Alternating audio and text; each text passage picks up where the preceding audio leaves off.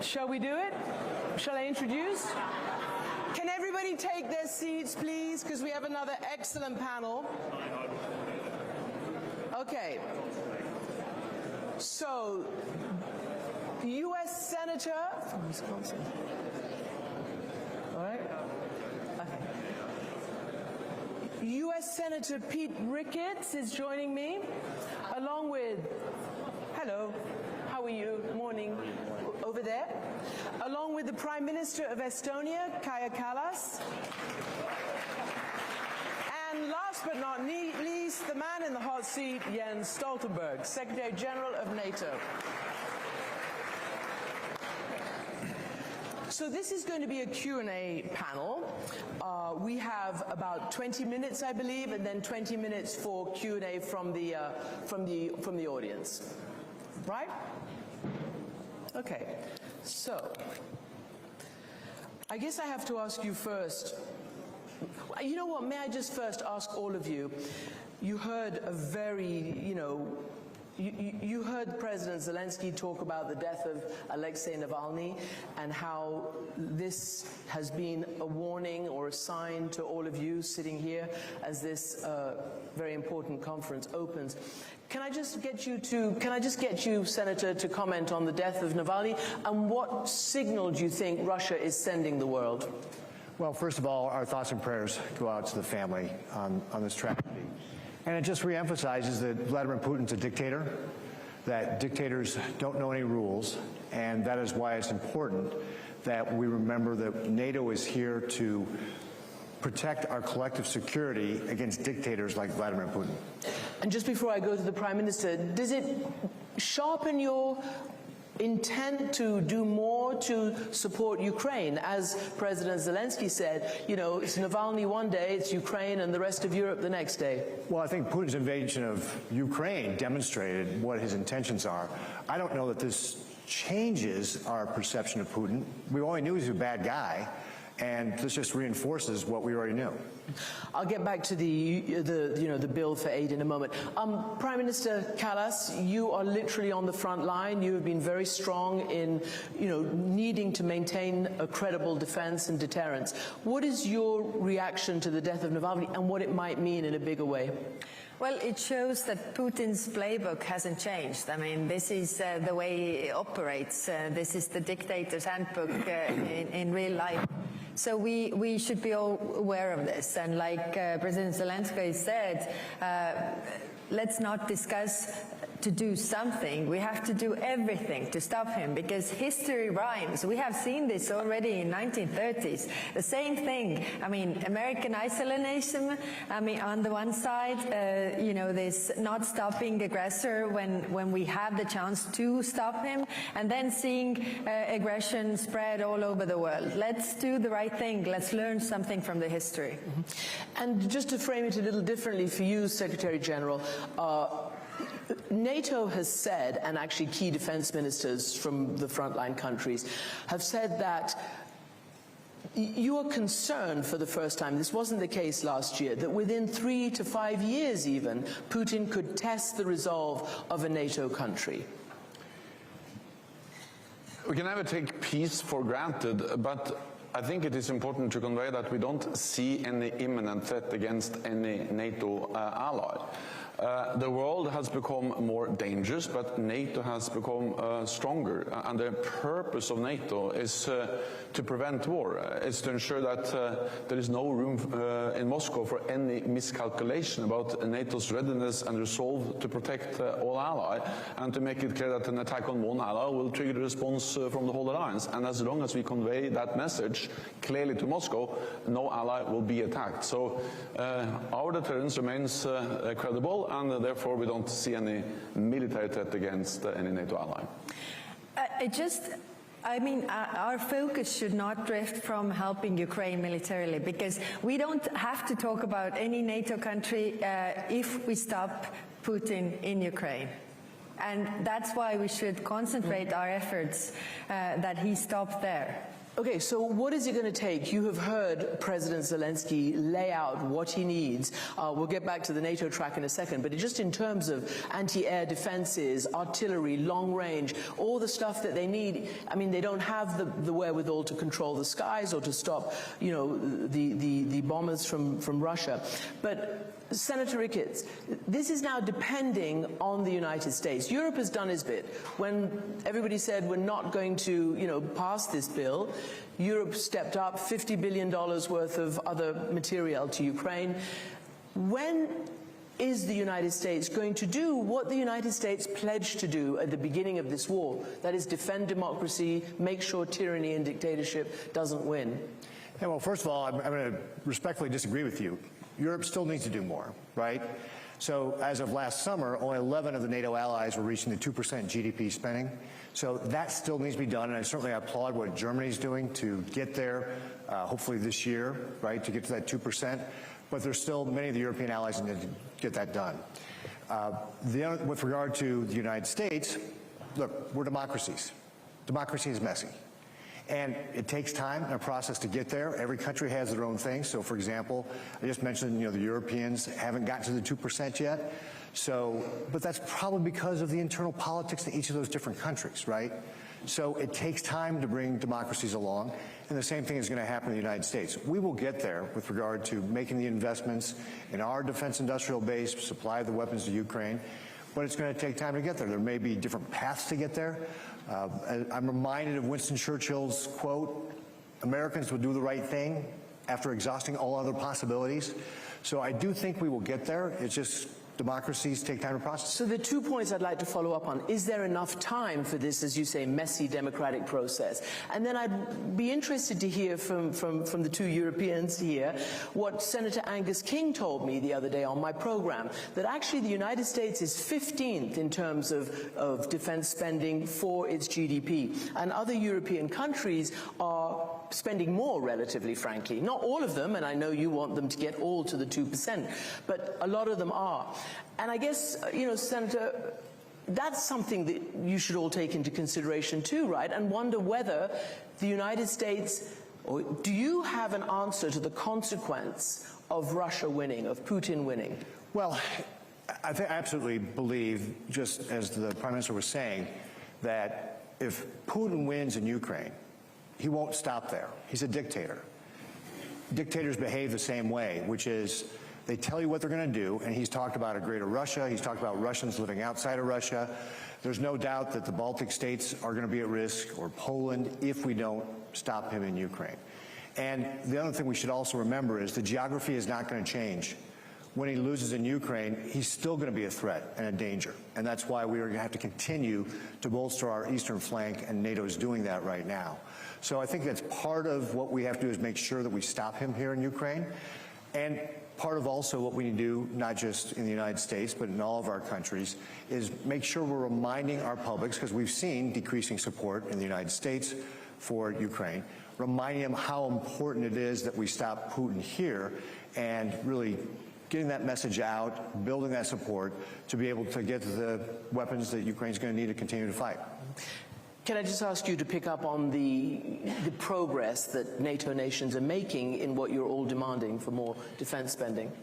In 2014, NATO made a very important decision triggered by Russia's illegal annexation of Crimea, and that was that NATO allies, after years of reducing defense spending, we had to start to increase defense spending, and that was at the Wales summit, NATO summit in Wales. I remember I was there, and I thought this was just another pledge by politicians made at the international meeting, and not so much what's going to happen. The reality is that a lot has happened, because since then, all NATO allies have increased defense spending. This year we expect 18 allies to meet the 2% guideline, spend 2% of GDP on defense, and that's up from 3 in 2014. That's a significant increase. meaning also that in total European allies and Canada have added 600 billion extra for defense, and those allies which are not yet at 2% have plans in place to be there very soon. So there is an enormous difference, and the European allies have really stepped up because they realize that there is a need to invest in high-end capabilities, have more readiness of their forces, and NATO has implemented the biggest reinforcement of collective defense in generations, with battle groups, combat troops in the eastern part of the alliance for the first time in our history, with higher readiness, more forces, and now total new defense plan. So I'm not saying everything is fine. I agree that the Europeans have to do even more, but we're really on track to something which is demonstrating a commitment of all allies that we need to stand together. Prime Minister Kallas, you heard the senator say that America will eventually do the right thing in this case. The CIA director has said for the United States to walk away from the conflict in Ukraine at this crucial moment and cut off support to Ukraine would be an own goal of historic proportions. Do you feel, as the atmosphere has been around the beginning of this conference, that there's a worry about America continuing to lead the alliance, wanting to be the leader, particularly if the administration changes after the elections? Is that a real anxiety or not? I mean, first of all, I want to just correct one thing that I hear everywhere. It is mentioning separately Baltics and Poland.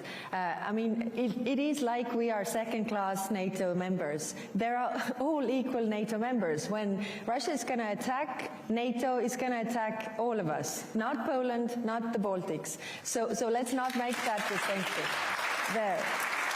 Then, Second, I think that, of course, we are all democracies, and democracies, we don't get to choose the leaders for our allies, and we have to work with all the allies. What we have to understand is to learn from the mistakes from the history. And you know, one thing for Europe, I was just in one of the Central European countries, and they had the attitude that, you know, the war is far from them, and I took the exact geographical kilometers, the distances. I mean, you're much closer to the war than we are, and we should all be worried. And so it is true that we have to ramp up our defense spending and do it not only political pledges, but actually in real life. So in Estonia, we have invested or are investing over 3% of our GDP to defense, and we encourage everybody to do so. But there's also one thing that I've thought about, and this is that, you know, when I came up with the proposal or the 1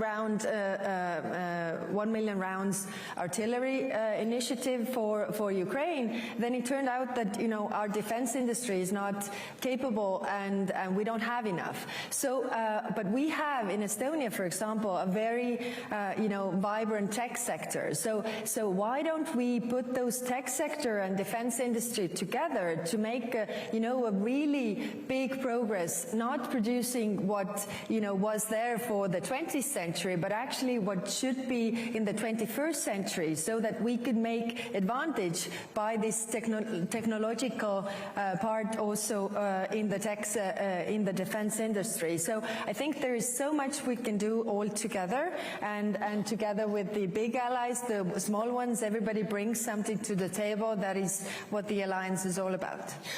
Secretary General, Prime Minister Kallas talked about the 1 billion, right? 1 billion ammunition rounds. 1 million. 1 million? Million. Okay, well, at the moment, US intelligence says that while you can't deliver even 1 million, North Korea is busy delivering maybe 500 million to Russia right now. Is that right? No, I think it's 1 million also from North Korea. Fine, well, okay, so he's getting what he needs. Yeah.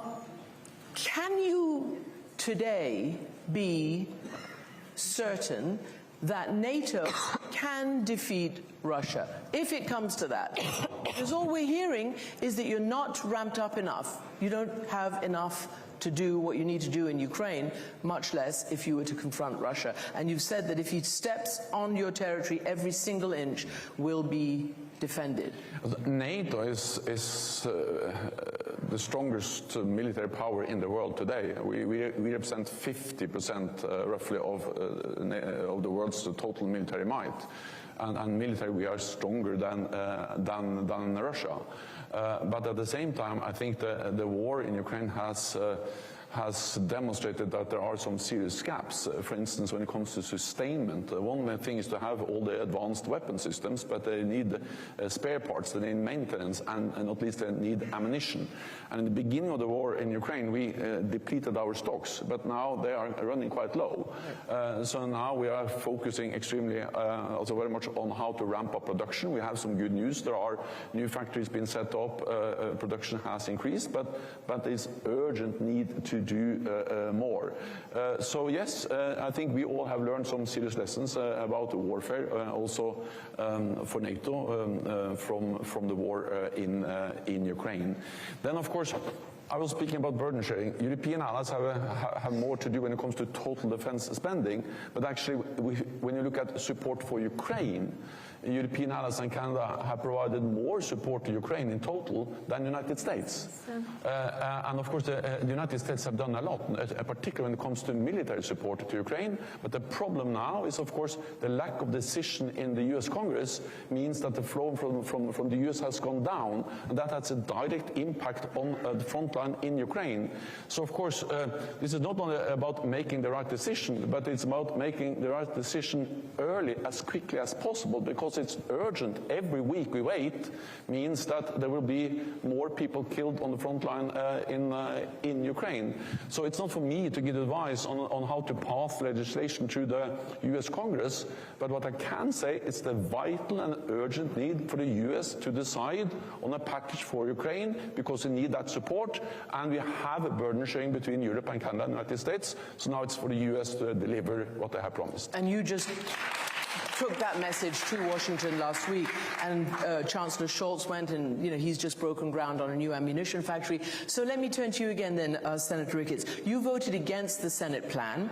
I wonder whether anything you've heard today may maybe stiffen your resolve to go and convince your colleagues, not just in the Senate but in the House, and particularly what President Zelensky said, that he would really request all these weapon systems if he could directly address. And you heard, in answer to a question, that he would even invite former President Donald Trump to the front line so he could see the danger and see what's going on. Does anything you hear today stiffen your resolve, change your mind? Well, I think, again, it goes back to democracies are messy and every country has its priorities. So, for example, in the United States right now, we have a pressing national security issue at our southern border. Over the course of the last 3 years, 8.5 million people have either entered our country illegally or attempted to enter our country illegally. Put that in perspective, that's more than 4 times the population of my state. And that's the #1 consideration for people in my state, and frankly across the United States, is what's going on at our southern border. And so that's what my colleagues and I were attempting to do when we were trying to pass this bill, is to get a package that would secure the border, force President Biden to change his policy to secure the border. Ultimately, we were not successful. Doesn't mean I don't support what we're doing to support Ukraine, but again, it gets back to every country's got its own policies and its priorities, getting back to, again, the why, since 2014, the floor was supposed to be 2%, and here we are last year in 2023, almost 10 years later now, 2024, and we're going to have either 11 last year or maybe 18 this year. Countries have their priorities that they have to get there. Democracy is messy.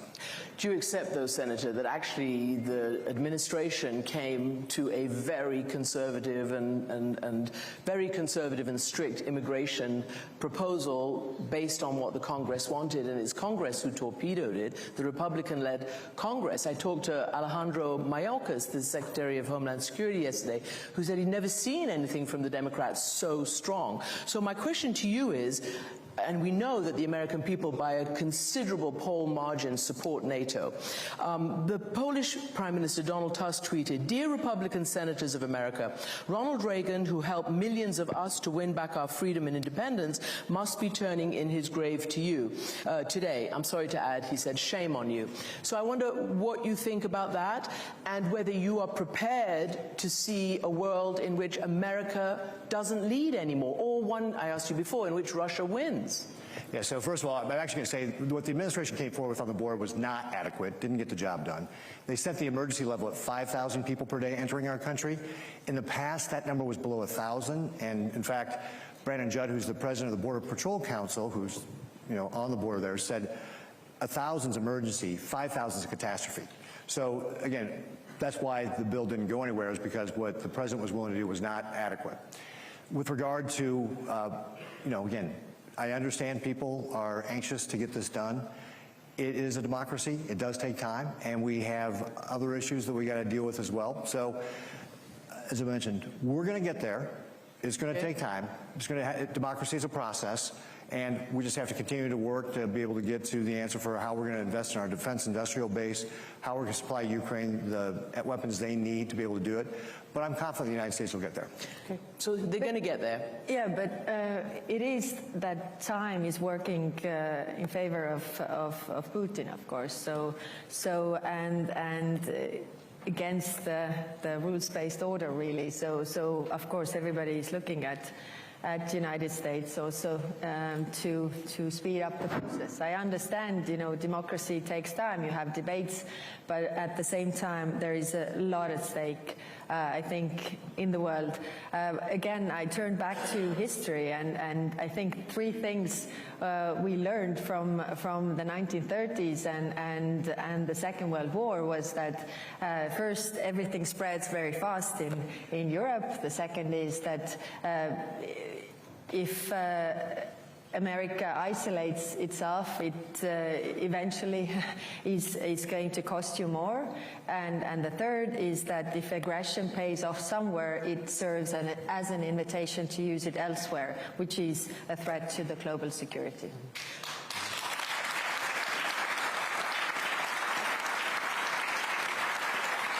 Senator Ricketts, Prime Minister Kallas, Secretary General Stoltenberg, thank you very much. Now opening it to the audience for questions, and I understand China, many other issues are on your agenda this weekend. I saw you first. And questions, not speeches. Alexei Goncharenko, member of the Parliament of Ukraine. Dear Senator, you said democracy takes time. The problem is Ukraine does not have time. We are dying every day, and that is so important. So please consider it. And one more message. You asked President Zelensky a message to Republicans. My message is very easy. First message is, do you really want to have Afghanistan one more? And that will be a consequence. Second, if it will be needed, who will be with Americans in trenches near Tehran?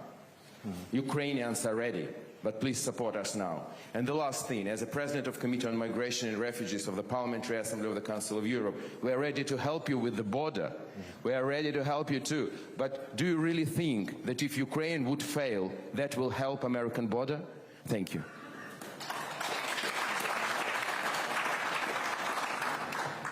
Was there a rule against speeches versus questions? So understand your frustration coming from Ukraine. Absolutely. Your country's being invaded. You've got 300,000 Russian soldiers on your territory. Put in perspective of, again, the millions of people trying to come into the United States illegally. Not quite the same thing, but it's a pressing issue for our country. But it's a pressing issue for the United States, the people of the United States, right? So again, when you're talking about dealing with multiple issues, you've got to be able to manage this all. Ukraine's got its own political issues. You're looking at, for example, your conscription, taking it down from 27 to 25. I understand it's a difficult political issue in Ukraine right now as well. So I think, again, we all have to have a little grace. We're all democracies. So we have to understand that getting our populations to where we need to be is a matter of time, and process matters. And so it's what sets us apart from the bad guys like Putin, that we just can't order people to do stuff, right? So certainly understand Ukrainians saying, hey, we need the assistance now. I get it. It takes time to work its way through a democracy, and that's what we're working through. We're going to get there. It's just going to take time. For you? Mm-hmm. Thank you. I'm Tytti Tuppurainen, Finland, former minister in Sanna Marin's government. It's clear that Europe needs a credible and strong deterrence, looking at Ukraine and beyond. Chancellor Scholz pointed that out earlier this morning. Do you think that we can achieve that by conventional means only? Or is it timely to discuss a European nuclear weapon as it is being discussed currently in Germany? What are the expectations, especially across the Atlantic? Secretary General. Well, NATO has a well-established nuclear deterrent. It has worked for decades. It's something the United States does together with European allies. We have agreed command and control, we have exercises, we have doctrines, and it is actually something we do together as NATO. And I think that any questioning of that deterrent will only undermine NATO in a time where we really need credible deterrence. So of course we have the United States as a nuclear power, we have France and UK, but the idea of developing some kind of parallel joint nuclear deterrent among some NATO allies, not including the United States, and presumably then not UK either, that's not helpful, and it will only undermine a nuclear deterrent that has worked well for many, many years. Over there. Thank you very much indeed. Tobias Elwood, United Kingdom Parliament, former Foreign Minister. Senator, I understand this is the biggest delegation for the United States for generations to come to Munich, and that's really good to see. I hope the message goes back that part of Europe is on fire, the lines on the map are being redrawn, and we are absolutely baffled as to how this is being tied in with what's going on the Mexican border. My question, if I may, is to do with standardization of NATO rounds. Because if you take a howitzer from the United States and you put it with the munitions from Estonia, as Ukraine found, it won't work. Yeah. And we need to be building more artillery pieces and shells as well. But until we standardize this equipment, it simply won't happen. Surely that must be a priority for NATO. Thank you. Yes, absolutely. And the good news is that, again, we have learned some very serious lessons from the war in Ukraine. It's not only Estonian howitzers or ammunition from the US that doesn't work together. It's also, we have a joint Dutch-German brigade where they discovered exactly the same. So we have too many examples where allies have made some small changes in NATO standards, partly, I guess, to protect their own industry. And this doesn't work. So therefore, we have done a lot in NATO to actually reinforce and to implement the agreed NATO standards. This will reduce costs, and it will ensure interoperability, and also that weapons and ammunition are interchangeable. There was this lady here.